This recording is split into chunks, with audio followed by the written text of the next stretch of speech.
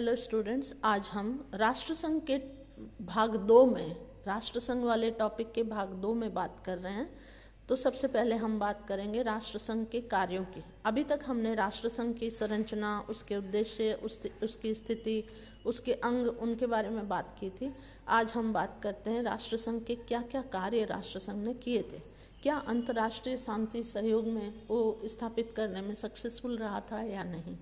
तो राष्ट्रसंघ का मुख्य कार्य विश्व शांति को बनाए रखना तथा अंतर्राष्ट्रीय सहयोग की वृद्धि करना था।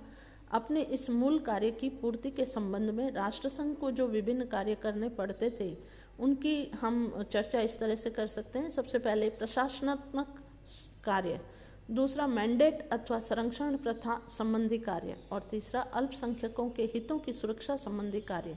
इस वीडियो में हम 3 तरह के जो उसके द्वारा कार्य किए गए थे उनके बारे में बात करेंगे। सबसे पहले प्रशासनात्मक कार्यों की बात करते हैं तो वर्साई की संधि के अनुसार जर्मनी की सार घाटी का प्रशासन 15 वर्ष की अवधि के लिए राष्ट्रसंघ को सौंपा गया था।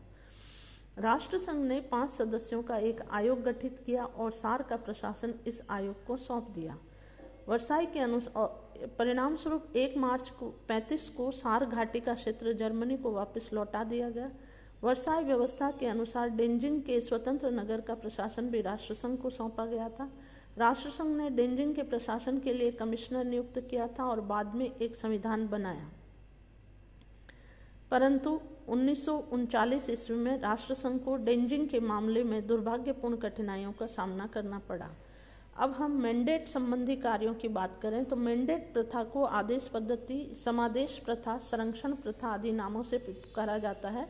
समुद्र पार जर्मन उपनिवेशों और तुर्की साम्राज्य के भूतपूर्व अफ्रीशियाई प्रांतों में निवास करने वाले लोगों की उन्नति और विकास का उत्तरदायित्व राष्ट्रसंघ को सौंपा गया। राष्ट्रसंघ ने कुछ उन्नत देशों को संघ के नाम पर इन क्षेत्रों का शासन चलाने के लिए समादेश शक्तियां प्रदान की।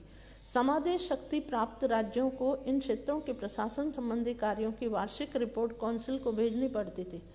कौंसिल इन रिपोर्टों की जांच करता था और इस काम के लिए राष्ट्रसंघ में एक स्थायी मैंडेट आयोग की स्थापना की। समादिष्ट क्षेत्रों को उनकी राजनीतिक, भौतिक तथा आर्थिक परिस्थितियों के आधार पर 3 वर्गों में विभाजित किया गया। पहले अ वर्ग के अंतर्गत तुर्की साम्राज्य की वे जातियां सम्मिलित थी जिनके बारे में धारणा निश्चित की गई कि वे उन्नति की उस स्थिति तक पहुंच चुकी जिसमें अस्थायी तौर पर उनकी स्वतंत्रता के अस्तित्व को माना जा सकता है। स्थायी समादेश आयोग कौंसिल को सूचित करता रहता था। समादिष्ट क्षेत्रों का शासन प्रबंध वहां के निवासियों के कल्याण तथा उन्नति की दृष्टि से राष्ट्रसंघ की धाराओं के अनुसार चलाया जा रहा है अथवा नहीं।